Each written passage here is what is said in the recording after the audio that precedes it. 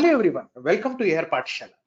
ప్రతి సాటర్డే ఏదో కాన్సెప్ట్ తో వస్తారే, మరి ఈసారి ఏ కాన్సెప్ట్ తో వచ్చారంటారా? లెర్న్ ఇంగ్లీష్ త్రూ మూవీస్ అండి. యూజువల్ గా ఒక నలుగురు కలుసుకున్నప్పుడు ఒక చోట, అరే ఈ మూవీ చూసావా, ఈ మూవీ చాలా బాగుంటదంట, మొన్న ఆస్కార్ అవార్డు అంటే వచ్చిందంట పారాసైట్ అనే మూవీకి, did you watch that movie? Yeah, I did watch that movie అని చెప్పి మన సంభాషణ చేసుకుంటా ఉంటారు, కాన్వర్జేషన్ చేసుకున్నప్పుడు ఆ మూవీలో కొన్ని ఇంగ్లీష్ వర్డ్స్ వచ్చినాయిరా, నాకు అర్థం కాలేదు, గూగుల్ చేశాను, లేకపోతే నేను సర్చ్ ఇంజిన్ లో నేను I search the lot on different platforms అని అనుకుంటా ఉంటారు. కానీ నేనేమంటానంటే, అవి ఎప్పుడు సర్చ్ చేస్తావు, నువ్వు ఆ మూవీ ఎప్పుడు వాచ్ చేస్తావు, అందుకనే మీకు ఆ డిఫికల్టీ ఏం లేకుండా ఎగ్జామ్ పాయింట్ ఆఫ్ వ్యూలోనే, మళ్ళీ చెప్తాను వినండి, ఓకే, ఎగ్జామ్ పాయింట్ ఆఫ్ వ్యూలో మూవీస్ నుంచి మీకు ఏం వర్డ్స్ ఉపయోగపడతాయి అనేది ఆ హార్డ్ వర్క్ ఏదో నేనే చేస్తాను. సో మరి స్టార్ట్ చేసేయమంటారు ఇవాళ సెషన్ ని. ఫస్ట్ ఆఫ్ ఆల్, ఈ మూవీని మీకు ఈ వీక్ నేను పారాసైట్ అనే మూవీతో వచ్చాను. ఇది మీకు ఆల్రెడీ తెలుసు, మీరు చదివే ఉంటారు. ఇది ఒక Korean movie, the Oscar movie. ఇది ఆస్కార్ అవార్డు కూడా రావడం జరిగింది. అయితే దీని నుంచి మీకు కావాల్సిన పాయింట్స్ ఏంటో తెలియక ముందు, ఫస్ట్ ఆఫ్ ఆల్ సినిమా దేని గురించో చెప్తే మీకు ఒక అవగాహన ఉంటుంది. నేను వర్డ్స్ ఎక్స్ప్లెయిన్ చేసేటప్పుడు చెప్తాను, ఆగండి. ఇక్కడ మీరు ఈ ఫ్యామిలీని చూస్తున్నారు కదా, యా, ఈ ఫ్యామిలీలో ఇతను ఫాదర్ అండి, ఈవిడ మదర్, మరి ఇతను సన్, ఈవిడ ఎవరు అంటే డాటర్. సో వీళ్ళు ఏంటంటే మామూలు పని చేసుకుంటూ బ్రతికేవాళ్ళు, ఓకేనా, బ్రతుకు తెరువు కోసం. వీళ్ళు ఏం చేస్తారంటే, ఇక్కడ ఒక రిచ్ ఫ్యామిలీ కనబడుతుంది చూడండి, యా దిస్ వన్. ఈ రిచ్ ఫ్యామిలీ, ఇక్కడ ఇతను ఫాదర్, వీళ్ళని పార్క్ ఫ్యామిలీ అంటాం, ఓకేనా అండి. యా, అయితే ఇక్కడ పార్క్ ఫ్యామిలీ వీళ్ళందరూ, మరి ఈవిడ మిసెస్ పార్క్, ఈయన మిస్టర్ పార్క్. ఇక్కడ చూస్తే ఇతనికి ఒక డాటర్ ఉంటది, ఓకే, ఒక సన్. నైస్. ఇప్పుడు ఈ ఫ్యామిలీ ఉంది చూసారా, ఈ ఫ్యామిలీ ఇక్కడ మళ్ళీ రెప్లికేట్ అయింది చూడండి. Father, son, mother, daughter. ఇక్కడ ఈ కాళ్ళు ఏంటని చూస్తున్నారా, ఇదే మూవీలో ట్విస్ట్. ఫైన్, ఇక్కడ చూద్దాం, ఆగండి. వీళ్ళు సాధారణమైన బ్రతుకు తెరువు కోసం వీళ్ళు ఏం చేస్తారంటే, ఇతను ఉన్నాడు కదండి వీళ్ళ సన్, ఇతను ఒక ఇంగ్లీష్ ట్యూటర్ కింద జాయిన్ అవుదాం. ఎవరికి అంటే, ఈ అమ్మాయికి ఇంగ్లీష్ ట్యూషన్ చెప్దాం అని చెప్పి వాళ్ళ ఇంటికి వెళ్తాడు. వాళ్ళ ఇంటికి వెళ్ళి ఏం చేస్తాడంటే, వాళ్ళ నాన్నగారిని, వాళ్ళ అమ్మగారిని, వాళ్ళ సిస్టర్ని ఏం చేస్తాడు, ఈ ఇంటికే తెచ్చేస్తాడు. దేనికి అంటే ఆక్యుపేషన్ లో పెట్టుకోమని. ఎవరితో చెప్తాడు, ఈ పార్క్ అనే ఓనర్ తో చెప్తాడు. సార్, నాకు మరి ఒక అతను తెలుసు, మీ కార్ డ్రైవర్ కింద పెట్టుకోవచ్చు మనం ఇతన్ని. మరి ఇక్కడ ఈవిడ ఎందుకు అంటే, వీళ్ళ కొడుకు ఉంటాడు కదండి, ఈ పార్క్ ఫ్యామిలీలో కొడుకు, ఈ కొడుక్కి పెయింటింగ్ నేర్పిస్తాండి, మంచి పెయింటర్ కూడా తెలుసని వాళ్ళ సిస్టర్ని తీసుకొస్తాడు. ఇక్కడ ఆల్రెడీ ఇంట్లో కుక్ పనిచేస్తుంది, ఆ కుక్ స్థానంలో వాళ్ళ మదర్ని తీసుకొచ్చి పెడతాడు. దీన్ని బట్టి మీకు ఏమర్థమైందంటే, అండర్లింగ్స్ అండి వీళ్ళు. అండర్లింగ్స్ అంటే సమాజంలో చాలా బ్యాక్వర్డ్ సొసైటీస్ నుంచి వచ్చిన వాళ్ళు. వీళ్ళు ఏం చేస్తారంటే, వాళ్ళ లైవ్లీహుడ్ కోసం ఒక రిచ్ ఫ్యామిలీకి పెనిట్రేట్ అవుదాం అని చూస్తారు, చొరబడి. ఆ లోపల వాళ్ళకి ఏంటంటే, ఇప్పుడు ఒకతను గనక వీళ్ళ దగ్గర పనిచేస్తే ఇంగ్లీష్ ట్యూటర్ కింద, ఫర్ ఎగ్జాంపుల్ మంత్లీ ఒక 10,000 వస్తాయి అనుకుందాం, నేను సాధారణంగా ఎగ్జాంపుల్ తో చెప్తున్నాను. అదే వీడి ప్లాన్ ఏంటంటే, ఆర్ట్ఫుల్ ఏం ఆలోచిస్తాడంటే, వాళ్ళ ఫాదర్ ని, మదర్ ని, సిస్టర్ ని కూడా ఎంప్లాయ్ చేస్తే అదే ఇంట్లో ఆ 10,000 10,000 10,000 10,000 40,000 వస్తాయి కదా, వాళ్ళ జీవితం హ్యాపీగా సాగిపోద్ది కదా, వీళ్ళ షేడ్ లో, వీళ్ళ నీడలో అని ఆలోచిస్తాడు. మరి ఆలోచించగానే ట్విస్ట్ ఏంటంటే, సెకండ్ హాఫ్ లో ఉంటది, ఈ కాళ్ళు అనేది ఏంటో మీకు తర్వాత తెలుస్తుంది. అది నేను ఇక్కడ చెప్పనండి. ఫస్ట్ ఆఫ్ ఆల్ మనం వర్డ్స్ కి వెళ్ళిపోదాం. క్లియరా అండి? సో ఇక్కడ 2 ఫ్యామిలీస్ ఉన్నాయి. ఈ సినిమా అంతా మీకు, ఈ మూవీ అంతా 2 ఫ్యామిలీస్ మధ్య జరుగుతుంది.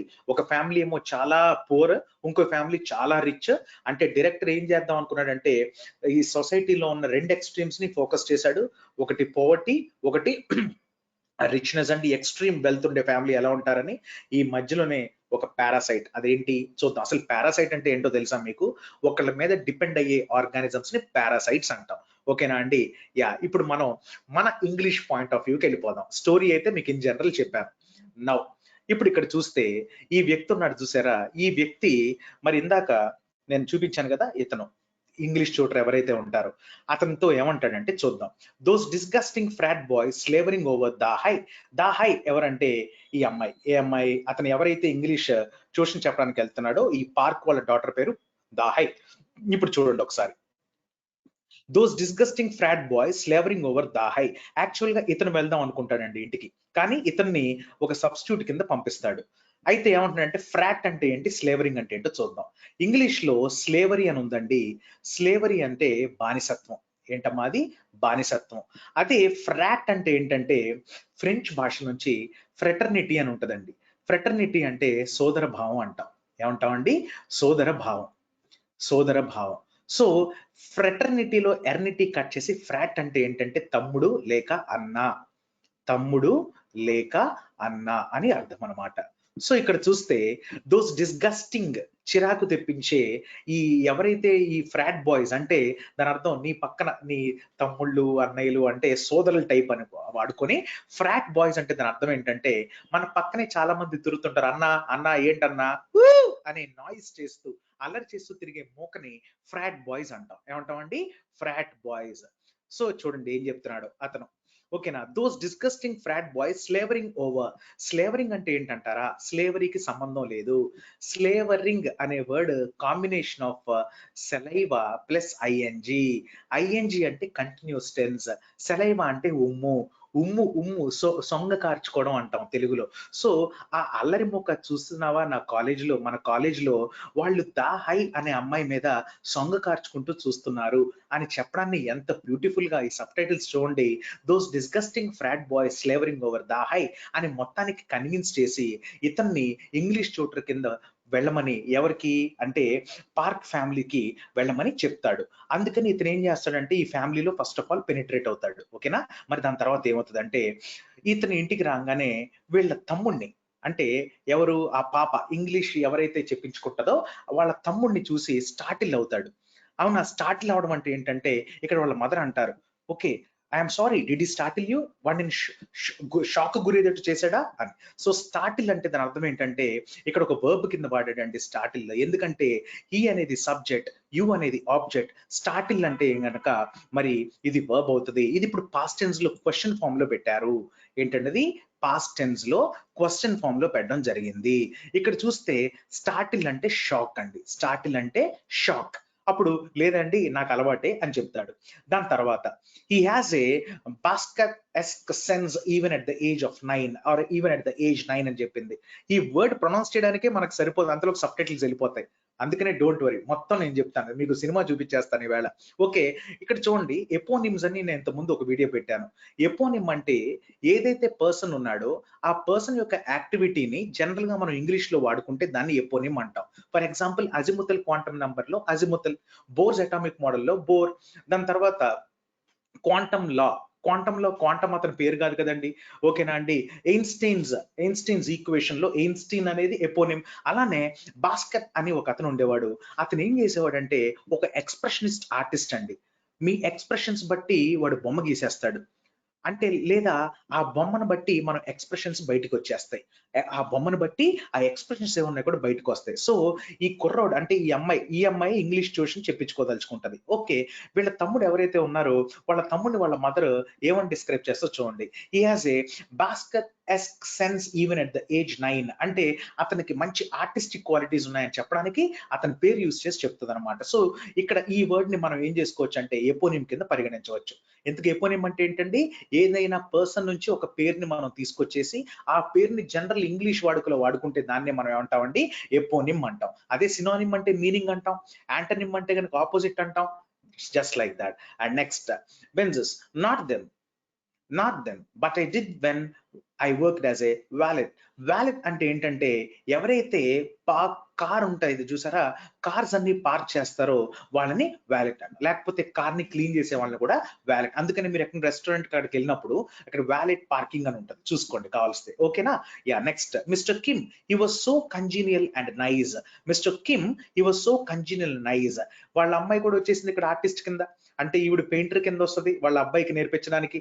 ఓకేనా? ఎవరికైతే క్వాలిటీస్ ఉన్నాయనుకున్నామో. అయితే ఈవిడ ఏం చేస్తుందంటే వీళ్ళ నాన్నని కూడా తీసుకొస్తుంది అని చెప్పి మిస్టర్ కిమ్, వాళ్ళ నాన్న పేరు కిమ్ అన్నమాట. అంటే ఎవరై ఉంటారు? ఇదిగోండి ఈయన, this one. So mister Kim he was so congenial nice అని ఇప్పుడు ఈవిడ కూడా తీసుకోవడానికి ట్రై చేస్తుంది. కంజీనియల్ అంటే ఏంటి, కంజెనిటల్ అంటే ఏంటి? చాలా మంది పిల్లలు నన్ను క్లాసులో అడిగేవాళ్ళు, సార్ కంజీనియల్ అంటే ఏంటి, కంజెనిటల్ అంటే ఏంటి అని. కంజీనియల్ అంటే చాలా ఉదార స్వభావం కలడం, అంటే కైండ్ గా ఉండడం. జాలి దయతో ఉండడం. కంజెనిటల్ అంటే మన పుట్టుక నుంచి ఉండడం, అంటే ఫ్రమ్ బర్త్ అంటాం. చిన్న డిఫరెన్స్ ఉంది చూడండమ్మా. కంజీనియల్ అంటే కైండ్, దయతో ఉండడం. అదే కంజెనిటల్ అంటే ఫ్రమ్ బర్త్. అందుకనే కొంతమంది అబ్నార్మాలిటీస్ తో పుడతారు. పుట్టుకతోనే కొంతమందికి ముక్కు ఇలా పుట్టడం, తర్వాత మూతి ఇలాగా డిస్ఫంక్షనాలిటీస్ ఉంటాయి. అదేంటంటే వాటిని కంజెనిటల్ డిజార్డర్స్ అంటాం. కంజీనియల్ డిజార్డర్స్ అనకూడదు. సో ఎవరైనా దయ ఉంది బాగా అని చెప్పడాన్ని కంజీనియల్ అని చెప్పుకోవచ్చు మనం. ఈజ్ వెరీ కంజీనియల్ అని చెప్పుకోవచ్చు. సో చూడండి ట్విస్ట్లు చూడండి ఇక్కడ. వీడేమో యాక్చువల్ గా ఈ ఫ్యామిలీకి సంబంధం లేదు. వీళ్ళ కొడుకు కిమ్, ఇతని పేరు కిమ్ అనమాట. వీళ్ళ కొడుకు రావడం ఏంటి ఇంటికి, వాళ్ళ కొడుకు వాళ్ళ అక్కని తీసుకురావడం ఏంటి, వాళ్ళ అక్క మళ్ళీ వాళ్ళ నాన్నని కంజీనియల్ అని, అంటే బాగా దయగలవాడు అని ఇంట్రడ్యూస్ చేయడం ఏంటి, అంటే ఏదో ప్లాన్ చేస్తున్నారు వీళ్ళు మొత్తానికి. ఫైన్, ఓకేనండి. దాని తర్వాత చూద్దాం. మరి ఫీల్స్ లైక్ ఏ బైగోన్ ఎరా, వీళ్ళు ఇంట్లో డిస్కషన్ పెట్టుకుంటారనమాట. అంటే మనం ఒక్కొక్కరు వెళ్ళిపోతున్నాం కదా, ఇంకా అమ్మ ఒక్కటి మిగిలిందని చెప్పి ఫీల్స్ లైక్ ఏ బైగోన్ ఎరా. బైగోన్ అంటే ఏంటండి, లెట్ బైగోన్ బి బైగోన్, లేకపోతే లెట్ బైగోన్స్ బి బైగోన్స్ అంటారు. ఇది ఇంత ముందు ఎస్ఎస్సి సిజిఎల్ టియర్ 2 లో వచ్చిన క్వశ్చన్ అనమాట. లెట్ బైగోన్స్ బి బైగోన్స్ అంటే అయిపోయింది ఏదో అయిపోయింది అని. బైగాన్ అంటే ఆల్రెడీ వెళ్ళిపోయిన అంశము లేదా సిచ్యువేషన్, ఆల్రెడీ హ్యాపెండ్ సిచ్యువేషన్ అంటాం ఇంగ్లీష్ లో. నెక్స్ట్ అండి, I will be hanged and quartered. అయితే వీళ్ళ ఇంట్లో పని మనిషి ఉంటుంది, ఒక ఆవిడ కుక్, అంటే వంట చేస్తుంది. ఈవిడ ఎవరంటే పార్క్ వాళ్ళ వైఫ్. అయితే ఆ కుక్ని ఎలాగైనా మానిపించేసి ఈవిడ ఏం చేస్తారంటే మన అమ్మను కూడా తెచ్చుకుందాం అని డిస్కషన్ పెట్టుకుంటారు ఇంట్లో. ఇదిగోండి ఇలా డిస్కషన్ పెట్టుకుంటారు. అయితే ఆ కుక్ ఎవరైతే ఉందో ఆవిడకి టీబీ వచ్చిందని చెప్పి అబద్ధం చెప్తారు. అబద్ధం వచ్చి ఈవిడ మొత్తానికి ఆవిడకి టీబీ వచ్చింది పాత కుక్కి, ఆవిడ మానిపించేసి ఒక మంచి కుక్ని పెడదాం అని చెప్తే అప్పుడు కరెక్టే అని చెప్పి I will be hanged and quartered if my husband knows that I hired you అని పెడుతుంది. ఓకేనా, I will be hanged and quartered if my husband knew that I hired you అంటది. అది ఎందుకంటే వాళ్ళ హస్బెండ్ కి ఒకవేళ ఆవిడకి టీబీ ఉందని తెలిస్తే గనక ఆవిడేమనేది, ఎక్స్క్యూజ్ మీ,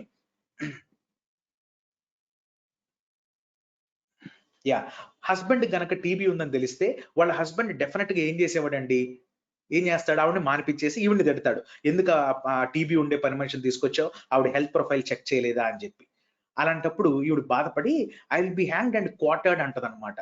క్వార్టర్డ్ అంటే ఏంటో తెలుసా క్వార్టర్ అంటే 4, 1/4, అదేలేండి క్వార్టర్, అది క్వార్టర్డ్ 1/4. హ్యాంగ్డ్ అంటే చంపేయడం. ఇప్పుడు హ్యాంగ్ అని ఒక వర్బ్ ఉందండి. హ్యాంగ్ కి V1 V2 V3 మీకు తెలుసు కదా, హ్యాంగ్డ్. మరి ఇంకోటి ఉంటుంది ఏంటంటే హ్యాంగ్, హంగ్, హంగ్. మరి ఇది V1 V2 V3. హ్యాంగ్డ్ అంటే ఉరి తీయడం, హంగ్ అంటే వేలాడదీయడం. సో ఇక్కడ చూడండి, మా హస్బెండ్ కి తెలిస్తే ఐ విల్ బి హ్యాంగ్డ్ అంది, అంటే ఉరి తీస్తాడు, నేను ఉరి తీయబడతాను. అండ్ క్వార్టర్డ్, ముక్కల కింద నరికేస్తాడని చెప్పడాన్ని క్వార్టర్డ్ అంది. చూడండి ఎంత బ్యూటిఫుల్ గా వాడుకుందో. క్వార్టర్ అనే పదాన్ని ఒక క్రియ అంటే వర్బ్ కింద వాడి క్వార్టర్డ్ అంటే ముక్కల కింద కట్ చేస్తాడు అని. సో ఉదార స్వభావం, నైస్ స్వభావం కలవాడిని కంజీనియల్ అంటామని, కార్ పార్కింగ్ చేసామండి వాలే అంటామని, ఓకే, ముక్కల కింద నరకడాన్ని క్వార్టర్డ్ అంటామని. ఎంత బ్యూటిఫుల్ ఇంగ్లీష్ లో చూడండి. నెక్స్ట్ అమ్మ, he is young and got a nice physique అని ఉంది ఇక్కడ. ఓకేనా, నైస్ ఫిజిక్ ఏమంటే ఫిజిక్ అంటే మంచి బాడీ స్ట్రక్చర్ కలడు. ఇప్పుడు ఇంగ్లీష్ లో రెండు ఉన్నాయి, వీటిని హోమోనిమ్స్ అంటాం. PHYSIQUE, ఇంకోటి PHYSIC అండి. ఫిజిక్ అంటే బాడీ స్ట్రక్చర్ గురించి మాట్లాడడం. అదే PHYSIC అంటే ఏంటో అంటారా, mental well being. Mental well being అంటే మన మెంటల్ గా చాలా పీస్ఫుల్ గా ఉండాలని ఫిజిక్ అంటాం. మరి PHYSIQUE అంటే బాడీ స్ట్రక్చర్. స్పెల్లింగ్లు కూడా కరెక్ట్ గా మనకు అలవాటు అవుతాయి నేర్చుకోవడం. Next, she speaks and the lightning crashes.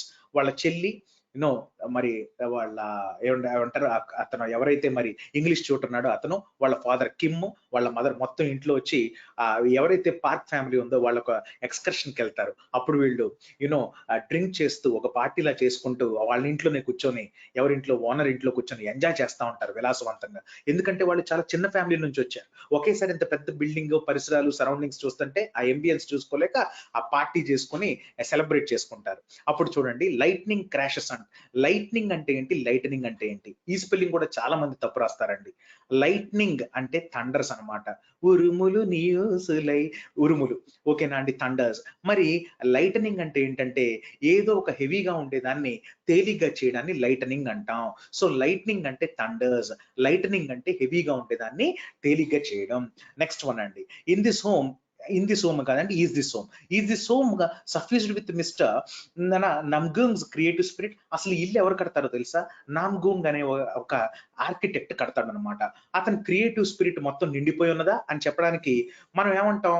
నిండిపోయి ఉందనడాన్ని ఫిల్డ్ విత్ అంటాం. సో ఫిల్డ్ విత్ కాకుండా రేపొద్దున ఎగ్జామ్ లో మీకు సఫ్యూజ్డ్ అని ఇలా అడుగుతాడు క్వశ్చన్, అడిగి దాని పక్కన బ్లాంక్ ఇస్తాడు. ఇది ఇంతకుముందు Andhra Pradesh and Telangana police exams లో అడిగిన క్వశ్చన్ అండి. సఫ్యూజ్డ్ అని పక్కన బ్లాంక్ పెడతాడు. మరి ఇప్పుడు ఆన, విత్త, ఎట్ట అంటే మీకు ఇప్పుడు తెలిసిపోయింది.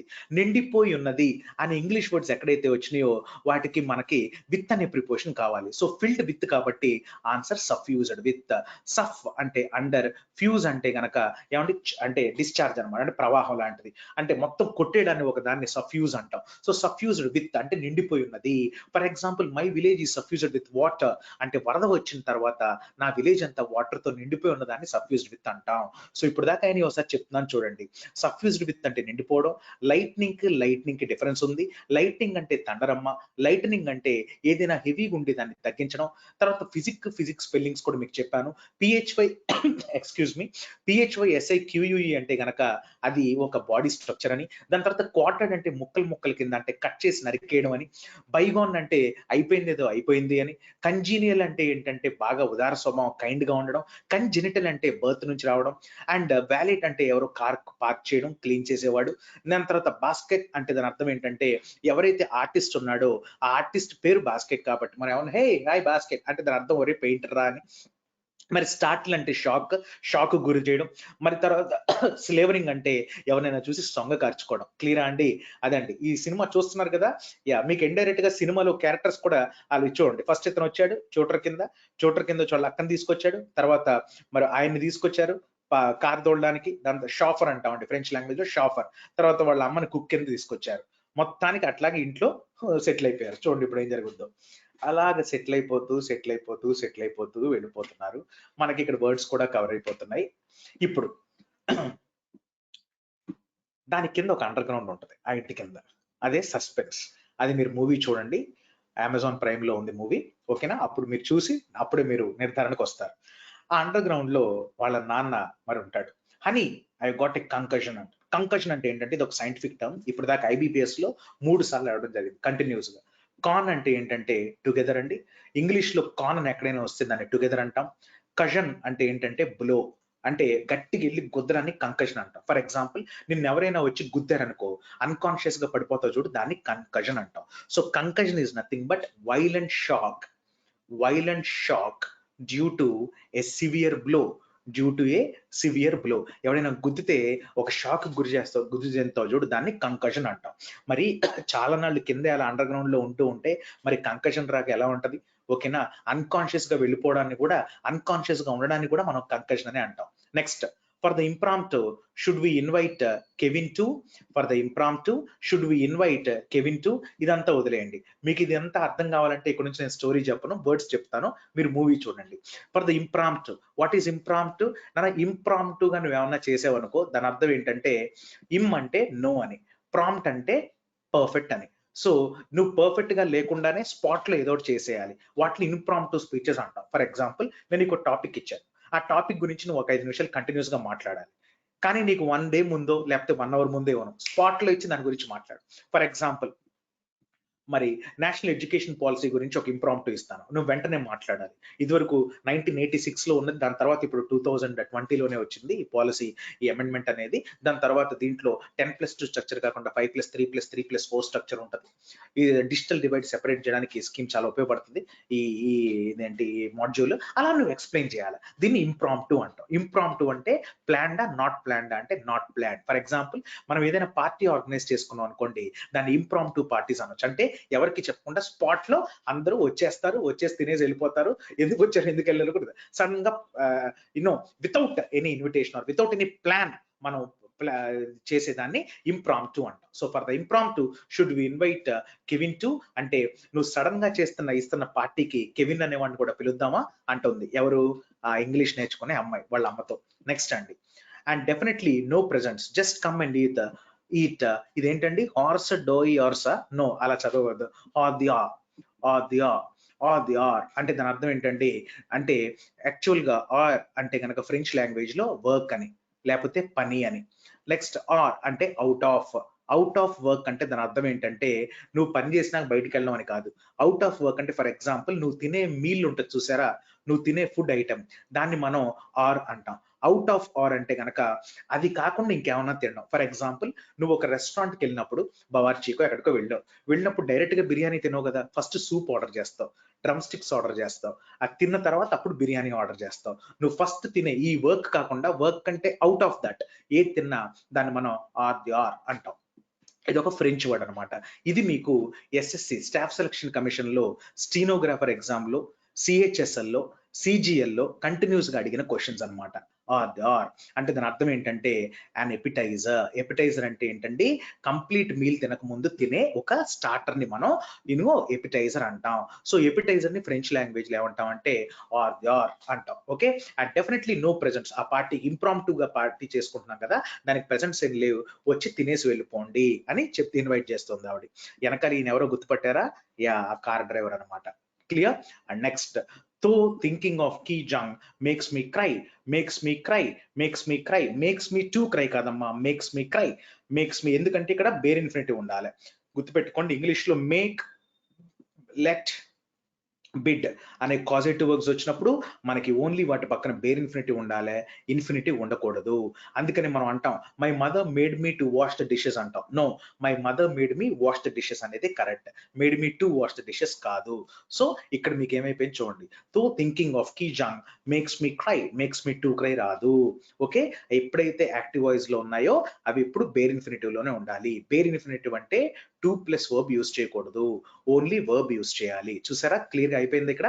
నెక్స్ట్ అమ్మ, నెక్స్ట్ అంతా అండర్ గ్రౌండ్ లోనే జరుగుతుంది. అండర్ గ్రౌండ్ లో ఏం జరిగిందని మీకు సినిమా చూసి నాకు అర్థం అవుద్ది, అండ్ నేను చెప్పింది ఇంకా మీకు అర్థం అవుద్ది. లేదు నేను సినిమా చూడను, నాకు ఓన్లీ ఇంగ్లీష్ కావాలన్న కూడా మీకు అర్థమైపోతున్నాయి. Next, the hoodwinked some people who had just arrived in Korea. Hoodwink అంటే దాని అర్థం ఏంటో తెలుసా? ఏమండి, హూడీ అంటే మనం స్వెటర్ వేసుకున్నప్పుడు కానీ, జర్కిన్ వేసుకున్నప్పుడు కానీ, జాకెట్ వేసుకున్నప్పుడు కానీ హూడీ అని ఉంటుంది. హూడీ అంటే ఏంటంటే కవర్. అదే వింక్ అంటే ఏంటంటే కన్ను కొట్టడం.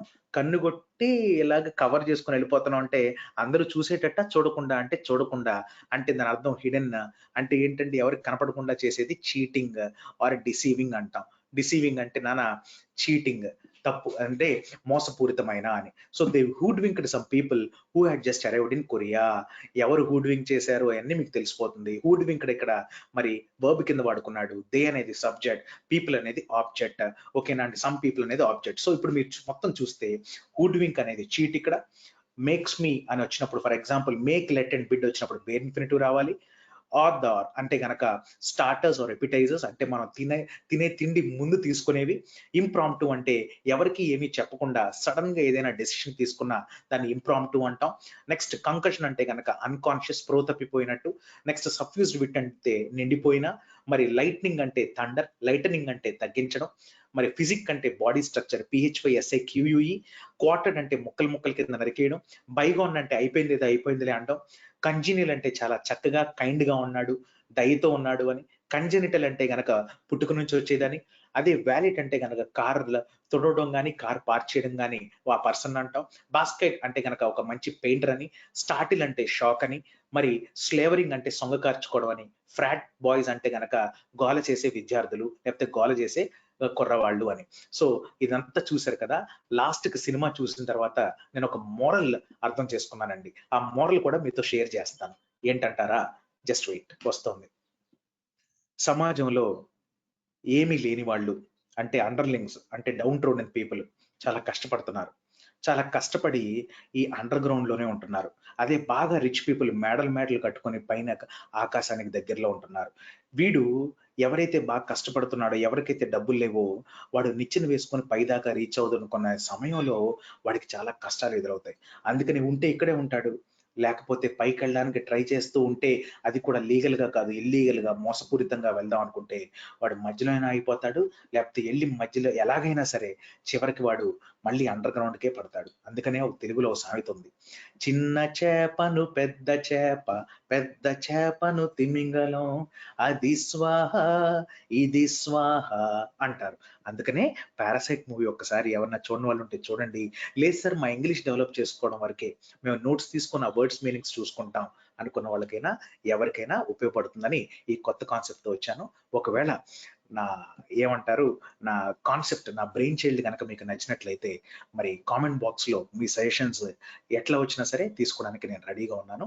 ఓకేనా అండి? ఇది మీరు కంటిన్యూ చేయమంటే నెక్స్ట్ మూవీ ఏదో మీరు సజెషన్ బాక్స్ లో పెడితే తెలుగు, తమిళ్ అలా రీజనల్ లాంగ్వేజెస్ వద్దు, ఇంగ్లీష్ మూవీ మీకు నచ్చింది ఏదో ఒకటి పెడితే ఆ మూవీ మీదే నెక్స్ట్ మీకు వర్కౌట్ చేసి ఓ సరికొత్త కాన్సెప్ట్ తో మళ్ళీ మేము ముందుకు వస్తాను. అంతవరకు సెలవు. Thank you.